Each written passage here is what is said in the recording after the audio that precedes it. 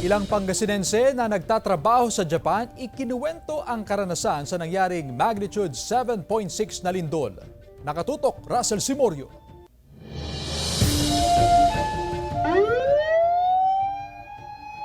Umabot na sa 30 ang bilang ng mga nasawi sa magnitude 7.6 na lindol na tumama sa Central Japan. Maraming gusali at istruktura ang nasira at natumba. Ramdam ng ilang overseas Filipino workers sa Japan ang bagsik ng lindol. 3 buwan ng trainee sa Japan ang 23 anyo sa si J. Victor Ferrer na tubong Orbis Tondo, Pangasinan. Nakabase siya ngayon sa Nagoya, ilang kilometro ang layo sa Ishikawa na epicenter ng lindol.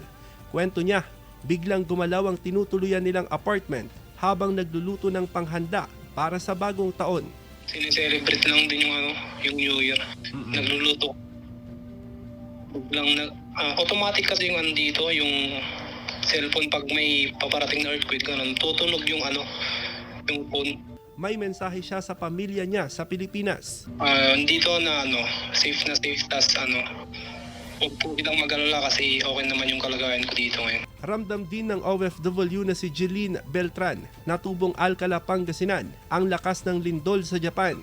Ipinakita niya sa news team ang bahay na tinutuluyan nila sa Nagoya. Buti na lang at hindi raw ito gumuho sa nangyaring lindol. Yung as in sumasaya itong bahay, yung nagsiswing na ganun. Buti na lang, yung mga bahay dito sa Japan, hindi sa basta-basta nasisira ng lindol. Matatag yung pundasyon ng mga bahay. Sa statement ng Department of Migrant Workers, handa sila sa immediate assistance para sa mga OFW na lubhang naapektuhan ng lindol. Maaaring makipag-ugnayan sa Migrant Workers Office na nakabase sa Osaka. Activated na rin ang health line. Russell Simorio, One North Central Luzon.